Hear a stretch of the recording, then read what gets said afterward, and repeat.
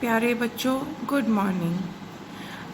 उम्मीद है आप सब स्वस्थ होंगे और अच्छे होंगे और अपनी पढ़ाई को भी ध्यानपूर्वक कर रहे होंगे। तो आज हम शुरू करते हैं केमिस्ट्री का ये चैप्टर जिसका नाम है सरफेस केमिस्ट्री। ये जो चैप्टर है इसके ये मैंने आपको नोट्स दिए हैं। इन नोट्स में से आप भी अपने नोट्स बना सकते हैं। तो आज हम शुरू करेंगे सरफेस केमिस्ट्री। सरफेस केमिस्ट्री क्या है? जैसे कि नाम से ही क्लियर है, सरफेस मैंने सतह पे होने वाले कुछ फिनोमिना, कुछ प्रोसेसेस। फिनोमिना मतलब प्रोसेसेस, आप देख सकते हैं। It is the branch of chemistry in which we deals with the phenomena related to the surfaces of the substances. मतलब किसी भी सब्सटेंस की सरफेस के ऊपर जब कोई फिनोमिना होता है, कोई प्रोसेस होता है, तो उसकी जो हम स्टडी करते हैं उसको बोलते हैं सरफेस केमिस्ट्री। इसमें सबसे पहले टर्म हमारे पास आती है एड्सॉर्प्शन। आप लोगों ने एब्जॉर्प्शन तो बहुत बार सुना होगा, पर शायद एड्सॉर्प्शन पहली बार सुना है। एड्सॉर्प्शन होता है एक सरफेस फिनोमिना, सतह पे होने वाला प्रोसेस। इसको हम कैसे डिफाइन करते हैं? The phenomena of attracting and retaining the particles of the liquids और gases on the surface of the solids और लिक्विड्स। सॉलिड्स और लिक्विड्स के सरफेस के ऊपर जब कोई भी लिक्विड और गैस का सब्सटेंस अट्रैक्ट करे या रिटेन करे या वहाँ पे रह जाए तो उसको बोलते हैं एड्सॉर्प्शन। एड्सॉर्प्शन में दो चीज़ें होती हैं, एक होता है एड्सॉर्बेट, एक होता है एड्सॉर्बेंट। अब ये एड्सॉर्बेट क्या है? एड्सॉर्बेट एक ऐसा सब्सटेंस है जो कि which get attracted at the surface of another substance, जो कि अट्रैक्ट हो रहा है दूसरे सब्सटेंस के ऊपर, उसको बोलते हैं एड्सॉर्बेट। और जिसके ऊपर एड्सॉर्बेट हो रहा है, यानी जो अपनी सरफेस दे रहा है, वो होता है एड्सॉर्बेंट। तभी तो एड्सॉर्बेट को गैसेस और वाटर कहा गया है और एड्सॉर्बेंट को charcoal, silica gel, aluminium gel, clay, colloids, metals in finely divided stage. ठीक है, ये सब कहा गया है। आगे चलते हैं इसके एग्जाम्पल्स पे। हमारे पास एग्जाम्पल्स में है एड्सॉर्प्शन ऑफ गैसेस। जैसे कि कुछ गैसेस होती हैं, अमोनिया होगी, कार्बन डाइऑक्साइड होगी, क्लोरीन, ऑक्सीजन, हाइड्रोजन एक्सेट्रा। ये जो गैसेस हैं चारकोल के ऊपर एड्सॉर्ब हो जाती हैं और उससे इनका प्रेशर कम हो जाता है। तो ये प्रोसेस क्या कहलाता है? एड्सॉर्प्शन कहलाता है। Adsorption of dye by charcoal. Charcoal के ऊपर अगर हम किसी डाई को गिराएंगे या डाई के अंदर कुछ अमाउंट चारकोल की डालेंगे तो क्या होगा? चारकोल उस डाई के कलर को एब्जॉर्ब कर लेगा और वो डाई क्या हो जाएगी? कलरलेस हो जाएगी।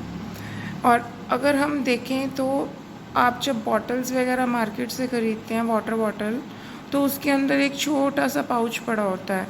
वो जो पाउच होता है वो किस चीज़ का होता है? वो सिलिका जेल का होता है। वो सिलिका जेल क्या रोल प्ले करती है? अगर बॉटल के अंदर कुछ अमाउंट एयर की रह गई है तो वो उस एयर को ड्राई कर देती है, ताकि उस वाटर की प्रेजेंस में, उस मॉइस्चर की प्रेजेंस में वो जो बॉटल है उसकी इनर सरफेस ख़राब ना हो। ठीक है, तो इसीलिए सिलिका जेल की प्रेजेंस में एयर क्या हो जाती है? बिल्कुल पूरी तरीके से ड्राई हो जाती है। ठीक है, रीज़न क्या है? अब ये जो सॉलिड और मेटल है ये एड्सॉर्बेंट एक्ट करता है। ठीक है, यानी अपनी सरफेस देता है due to the unsatisfied vacancies of atoms और ions present on its surface. क्योंकि इसकी सरफेस पे क्या है? कुछ वैकेंसीज प्रेजेंट हैं, उन वैकेंसीज की वजह से ये अपनी सरफेस दे रहा है।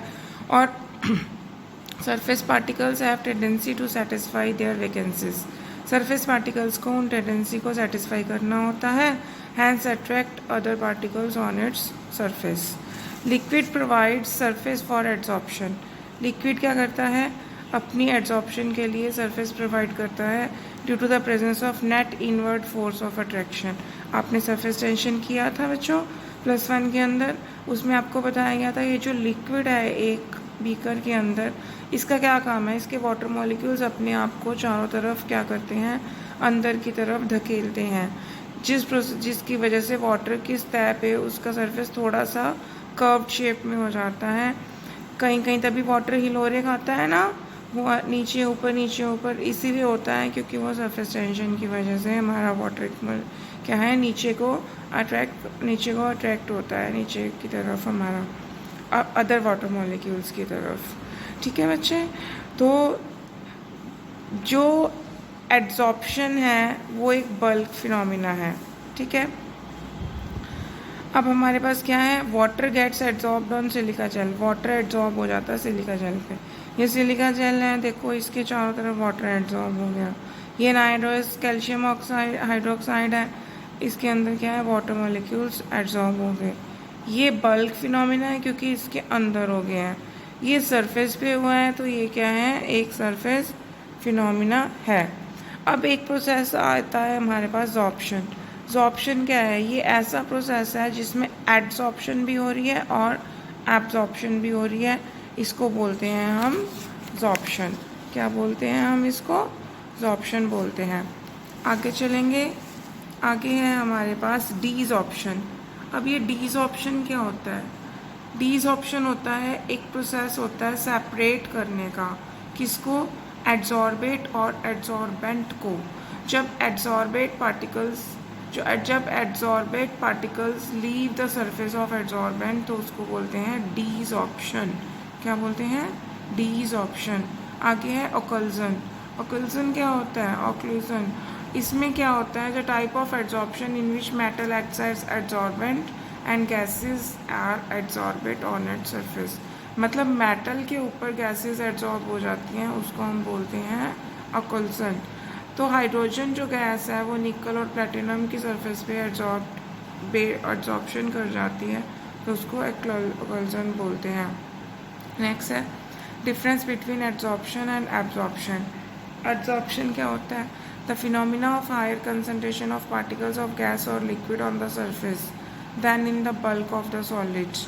ठीक है, जो कंसंट्रेशन है मतलब कि पार्टिकल्स की गैस और लिक्विड ऑन द सरफेस पे ज़्यादा है, बल्क में कम है। एब्जॉर्प्शन में बल्क पे ज़्यादा है बट थ्रू आउट होती है, वैसे तो सरफेस के थ्रू ही बल्क में जाती है, तो सरफेस और बल्क दोनों में होती है। अब एड्जॉर्प्शन क्या है, सरफेस फिनोमिना, ये बल्क फिनोमिना है। Adsorption is rapid in the beginning, शुरू में बहुत तेज़ होता है बट फिर स्लो हो जाता है। ये यूनिफॉर्म रेट में होता है, इसको तो एब्जॉर्ब भी करते रहना ना लगातार। नेक्स्ट है types of adsorption. Depending upon the type of substance adsorb from the solution on the surface of the solid. ये दो तरह का होता है, एक होता है पॉजिटिव एड्जॉर्प्शन, एक होता है नेगेटिव एड्जॉर्प्शन। पॉजिटिव एड्जॉर्प्शन में क्या होता है, जो कंसंट्रेशन होती है ना एड्जॉर्बेट की वो ज़्यादा रहती है और इसमें कम रहती है। ठीक है, adsorption of KCl on the surface of blood, charcoal from its concentrated aqueous solution. और इसके example adsorption of the water on the surface of the blood, charcoal from dilute aqueous KCl solution. ठीक है, आगे आ जाओ। Depending upon the type of forces of attraction between the adsorbate and adsorbent, it is of two types, physical adsorption जिसको फिजिजॉर्प्शन और van der Waals adsorption भी बोलते हैं, and second one is chemical adsorption, chemisorption और एक्टिवेटेड एड्जॉर्प्शन भी हम उसको बोलते हैं। ठीक है, अब ये फिजिकल एड्जॉर्प्शन और कैमिजॉर्प्शन, इन दोनों का जो डिफरेंस है वो बहुत इंपॉर्टेंट है, मैं एक बार आपको बता देती हूँ, आप सभी ध्यान से सुनेंगे। Particles of the adsorbate are held on the surface of the adsorbent by the physical forces और वंडरवाल फोर्सेज। फिजिकल और वंडरवाल फोर्सेस से जो एड्जॉर्प्शन होती है उसको फिजिजॉर्प्शन बोलते हैं। इसमें कुछ केमिकल बॉन्ड्स बनते हैं। ठीक है, ये रिवर्सिबल होती है, ये इरिवर्सिबल होती है। इसकी एंथैल्पी लो होती है, जिसको आप याद करेंगे 20 to 40 किलो जूल पर मोल। इसकी एंथैल्पी हाई होती है 80 to 240 किलो जूल पर मोल। Low temperature is favourable for adsorption, it decreases with increase in temperature, it increases with increase in temperature, क्योंकि केमिकल बॉन्ड बनता है। ये स्पेसिफिक नहीं होता, फिजिकल एड्जॉर्प्शन तो किसी में भी हो जाएगी, वंडरवाल फोर्सेस हैं। ठीक है, बट यहाँ पे है ये हाईली स्पेसिफिक है। ठीक है, ये मल्टीमॉलिक्यूलर लेयर बनाता है, ये मोनोमॉलिक्यूलर लेयर बनाता है। इसमें कोई एक्टिवेशन एनर्जी की ज़रूरत नहीं होती, बट इसके अंदर एक्टिवेशन एनर्जी की ज़रूरत होती है। ये डिपेंड करता है नेचर की गैस के ऊपर, ठीक है। एंड ये भी डिपेंड करता है नेचर की गैस के ऊपर। Gas which can react with the adsorbent show chemisorption, ठीक है। जो रिएक्ट कर जाए वो केमिसॉर्प्शन शो कर सकती है। Rate of the adsorption increases with increase in pressure, rate of the adsorption decreases with increase in pressure. State of the adsorbate is same as in bulk, state of the adsorbate molecules may be different from that in the bulk, ठीक है। Enthalpy of adsorption, enthalpy नाम से ही clear है, heat के बारे में बात हो रही है यहाँ पे। एंथैल्पी का मतलब है the amount of heat evolved, adsorption में हीट इवॉल्व होती है when 1 mole of the adsorbate is adsorbed on the surface of an adsorbent, it is called enthalpy of adsorption. अब हीट इवॉल्व हो रही है तो कौन सा प्रोसेस होगा बच्चे? एक्सोथर्मिक। कौन सा होगा? एक्सोथर्मिक। यहाँ पे हमेशा हीट इवॉल्व होती है, ठीक है, क्योंकि अट्रैक्शन है एड्सॉर्बेट और एड्सॉर्बेंट के बीच में, ठीक है, और एनर्जी इज़ ऑलवेज रिलीज्ड। तो इसको क्या बोलते हैं? Exothermic process. क्या बोलते हैं हम? Exothermic process. आगे फैक्टर्स आ जाएंगे हमारे पास। क्या क्या फैक्टर्स हैं adsorption of gas by the solids?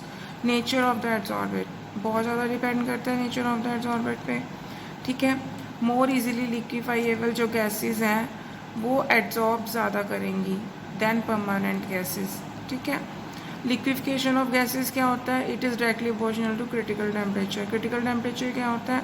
Minimum temperature at which gases can not be liquefied howsoever high pressure may be applied on it।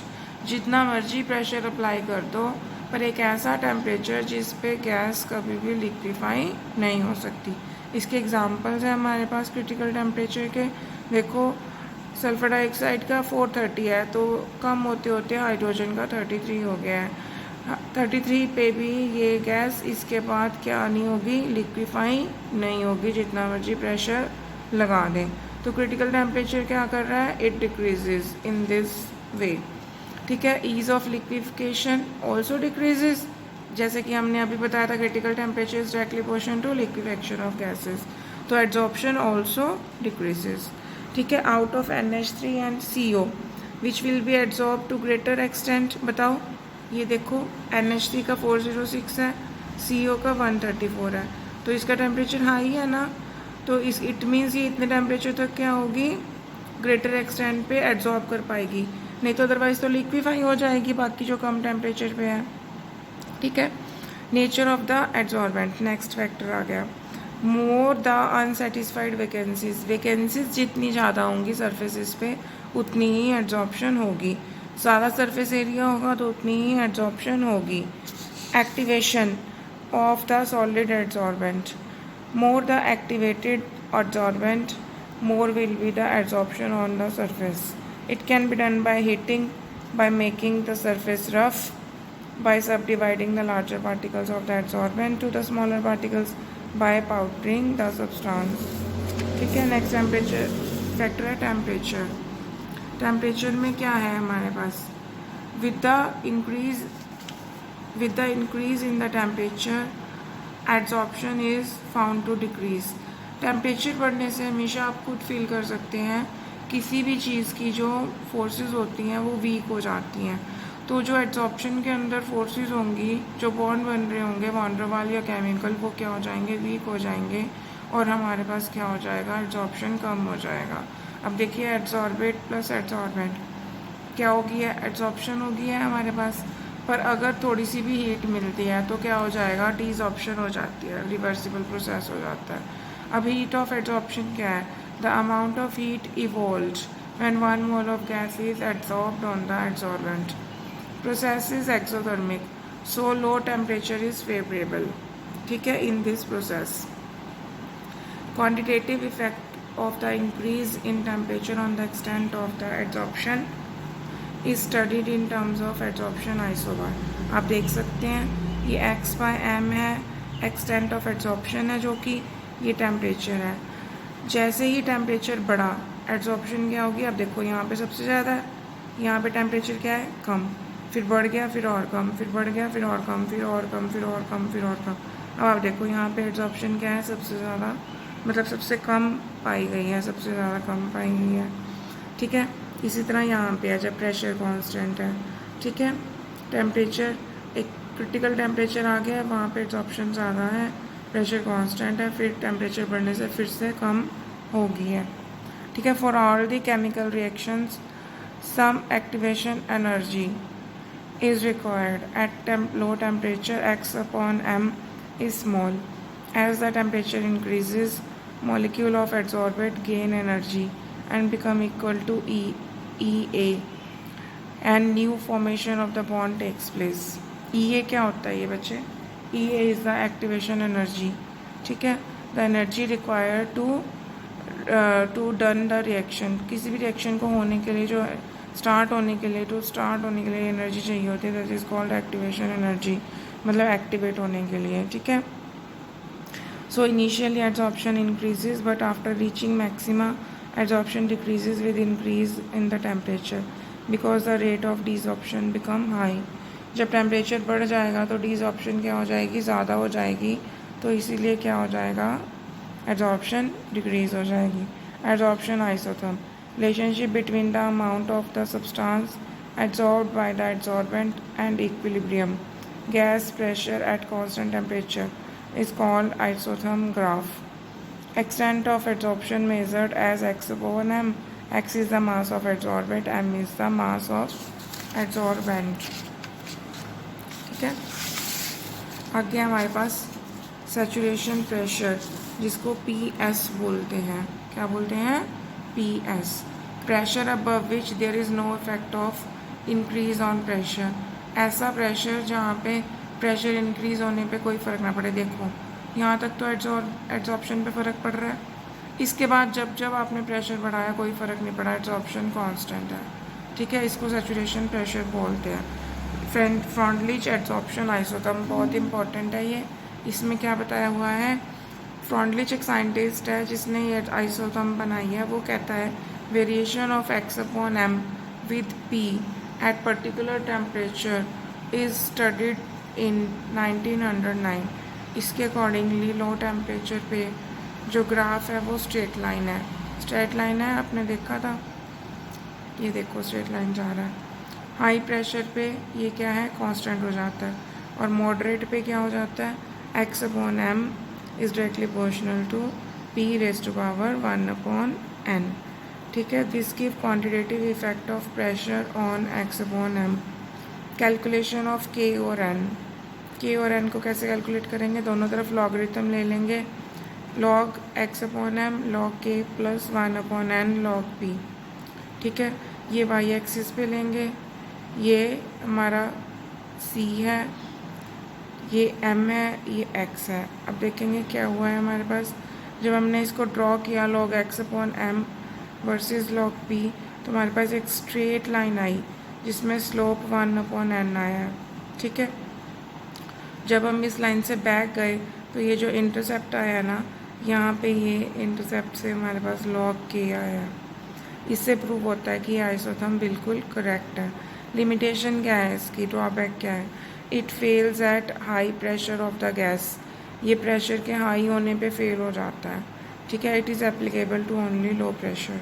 Adsorption from the solution, when a solution of the acetic acid in water is shaken with the charcoal, a part of the acid is adsorbed by charcoal, concentration of the acid decreases. ठीक है, acid की concentration क्या हो जाती है, जब हम acetic acid में क्या करते हैं, चारकोल डालते हैं तो कुछ एसिड चारकोल एड्सॉर्ब कर लेता है। अब मेरी बात सुनो बेटे, एसिड की कंसनट्रेशन होती है, आप सबको पता है। ठीक है, तो अगर एक एसिड हाईली कंसनट्रेटेड है और एक डाइल्यूट है तो दोनों में क्या फ़र्क होगा, आप ये भी कह सकते हैं जो हाईली कंसनट्रेटेड एसिड है वो डाइल्यूट हो जाएगा। ठीक है, अब जो लिटमस सॉल्यूशन है when shaken with charcoal becomes colourless, जो लिटमस सॉल्यूशन है उसका कलर होता है, पर जब हम उसने तो चारकोल में हमने शेक किया तो वो क्या हो गया, कलरलेस हो गया। In case of adsorption from solution, extent of adsorption is directly proportional to surface area, ये हमने किया था, ठीक है। तो x upon m is equal to kc 1/n, it is directly proportional to 1 upon temperature, ठीक है। ये देखो यहाँ पे हमें पता चल रहा है it is directly proportional to concentration also, x upon m adsorption directly proportional to concentration also, c is the equilibrium constant, ठीक है। log 1 upon m is equal to log k 1 upon n log c, y c m x, again straight line graph आएगा। Application of adsorption, इसमें क्या है, production of high vacuum. जब भी हमें adsorption की बात करें तो हमें ये पता चलती है कि एक तो हाई वैक्यूम क्रिएट हो जाता है, क्योंकि मैंने अभी आपको पहले भी बताया था एड्जॉर्प्शन प्रोसेस ऐसा है जिसमें क्या होता है, जब हमने चारकोल सिलिका जेल कुछ भी डाला तो वो क्या करेगा, वो कंसंट्रेशन एयर का जो मतलब कि हमारा वाटर मॉलिक्यूल है वो एड्जॉर्ब कर लेगा और एयर का जो मतलब एयर को भी सक कर लेगा अपनी तरफ, जिससे क्या होगा, वैक्यूम क्रिएट हो जाएगा, ठीक है। इन मास्क कोल फैक्ट्रीज़ हैं, चारकोल की मतलब वो हैं माइंस, फैक्ट्रीज़ के नहीं माइंस होती हैं, चारकोल की माइंस होती हैं। तो उन माइंस में क्या होता है बच्चे, माइंस के अंदर जब हम ब्रीथ करते हैं तो बहुत सारी पॉइजनस गैसेस होती हैं जो कि हमें इफ़ेक्ट करती हैं पर और हमारी बॉडी को बहुत नुकसान करती हैं। तो वहाँ पे जो मास्क लगाते हैं ना, वो गैस मास्क ऐसा मास्क होता है जिसके अंदर एक्टिवेटेड चारकोल होता है, और वो एक्टिवेटेड चारकोल क्या करता है, हाईली पॉइजनस गैसेस को एब्जॉर्ब कर लेता है अपने ऊपर। कंट्रोल ऑफ ह्यूमिडिटी, जैसे कि सिलिका जेल और एल्युमिनियम जेल डालते हैं बॉटल्स में, तो उसमें क्या होता है, वो मॉइस्चर और ह्यूमिडिटी को कंट्रोल कर लेता है। Removal of colouring matter from solutions, colouring matter को क्या करता है, सॉल्यूशन से रिमूव कर देता है, ठीक है। कलर्स को एब्जॉर्ब कर लेता है और डीकलराइज कर देता है, कलरलेस बन जाते हैं वो। अब नेक्स्ट है हेट्रोजीनियस कैटालिसिस। कैटालिसिस दो तरह की होती है, एक होती है होमोजीनियस, एक होती है हेट्रोजीनियस। नाम से ही क्लियर है बच्चे, होमो मैंने एक जैसी, हेट्रो मैंने अलग अलग। अब हेट्रोजीनियस में क्या होता है, जब दो गैसेस रिएक्ट करती हैं तो उसमें जो हमारे पास कैटलिस्ट यूज़ होता है, जैसे आयरन और मॉलिब्डेनम, दोनों की स्टेट क्या होती है, अलग अलग होती है। गैसेस देख सकते हैं, ये गैसेस हैं और ये दोनों क्या हैं, सॉलिड स्टेट में। तो ऐसी कैटालिसिस को बोलेंगे हेट्रोजीनियस कैटालिसिस, ठीक है। नेक्स्ट है separation of the inert gas. Inert gas की सेपरेशन कैसे होती है, due to the difference in the degree of adsorption of gas by charcoal, a mixture of noble gases can be separated। हम noble gases के mixture को separate कर सकते हैं। इन क्योरिंग डिजीज़, बहुत सारी ड्रग्स हैं जो जर्म्स को क्या करती हैं, एड्जॉर्ब कर लेती हैं अपने ऊपर और हम उनको इनटेक करते हैं जब हमें कोई प्रॉब्लम हो जाती है। फ्लोटेशन प्रोसेस, ये प्रोसेस सबने किया हुआ है, 10th में भी किया हुआ है, फिर +1 में भी किया हुआ है। इस प्रोसेस में क्या होता है बच्चे, जो सल्फाइड और होती है उसको कंसंट्रेट करते हैं, यानी उससे गैंग पार्टिकल्स को सेपरेट करते हैं। तो इसके अंदर हम क्या करते हैं, सिलिका और अदर मैटर ले लेते हैं जिसमें पाइन ऑयल लेते हैं। जो पाइन ऑयल होता है वो क्या करता है, वो एड्जॉर्ब कर लेता है अपने ऊपर किसको, और पार्टिकल्स को, ठीक है। नेक्स्ट है adsorption indicator. In precipitation titration, the indicator are used for adsorbed on the surface of the precipitate and provide characteristic color। eosin इसका एग्जाम्पल है, डाई होती है ये। क्रोमेटोग्राफिक एनालिसिस में यूज़ होता है। Identification of the component of the mixture, their composition, separation has been possible due to the adsorption of the substance. Softening of hard water, calcium है, magnesium है, bicarbonate है, chloride है, sulphate है, इन ions को remove कर दिया जाता है हार्ड वाटर से बाय सिलेक्टिव एड्जॉर्प्शन, ठीक है। उनकी एक सिलेक्टिव एड्जॉर्प्शन की जाती है। पेंट इंडस्ट्री में dissolve gases on the surface to be painted are removed by using wetting agents by adsorbing them also from the paint dissolve in the gases and are removed by adsorption to provide smooth film, ठीक है।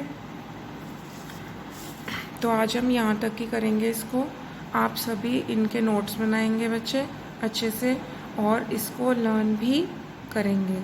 Safe रहें, सुरक्षित रहें, घर पर रहें।